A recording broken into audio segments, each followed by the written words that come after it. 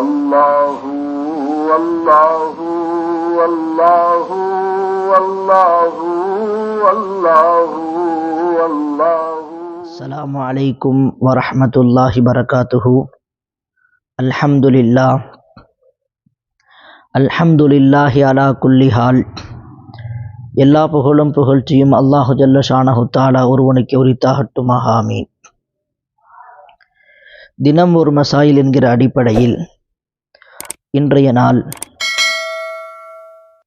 எப்பொழுதெல்லாம் உலு செய்வது ஃபர்து என்பதை குறித்து நாம் பார்க்க இருக்கிறோம். முதலாவது, தொழுகைக்காக வேண்டி உலு செய்வது ஃபர்து. அது எந்த தொழுகையாக இருந்தாலும் சரி, சுன்னத்தான நஃபிலான ஃபரதான எந்த தொழுகையாக இருந்தாலும் தொழுகைக்காக வேண்டி உலு செய்வது ஃபர்தாக இருக்கிறது. இரண்டாவது, ஜனாசாவுடைய தொழுகையாக இருந்தாலும் உலு செய்வது ஃபர்தாக இருக்கிறது. உலு இல்லாமல் என்ன செய்ய முடியாது, ஜனாசாவுடைய தொழுகை நிறைவேற்ற முடியாது. மூன்றாவது, சஜிதாவுடைய ஆயத்து ஓதி சஜிதா செய்வதாக இருந்தால் அப்பொழுதும் உலு கட்டாயம் தேவை, உலு செய்வது ஃபர்து. நான்காவதாக, குர்ஆனை எடுப்பதாக இருந்தால் உலு இல்லாமல் குர்ஆனை எடுக்கக்கூடாது. உலு இல்லாமல் தர்ஜுமாவை எடுக்கலாம், படிக்கலாம்.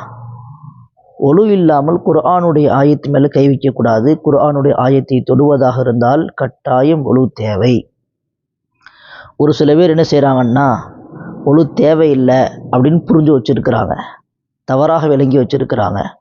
அல்லாஹ் குர்ஆனில் சொல்கிறான், லா யமஸ்ஸுஹு இல்லல் முத்தஹரூன், பரிசுத்தமானவர்கள், அதாவது உலு இல்லாமல் குர்ஆனை தொடக்கூடாது என்பதுதான் இந்த ஆயத்திற்குண்டான விளக்கம்.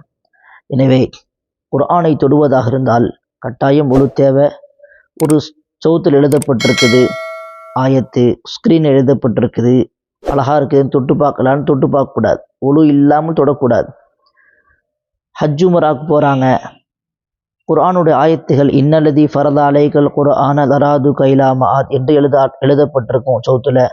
அதே மேலே எழுதிட்டு போவாங்க, ஊருக்கு போகும்போது வரும்போது என்ன செய்வாங்க, எழுதுவாங்க.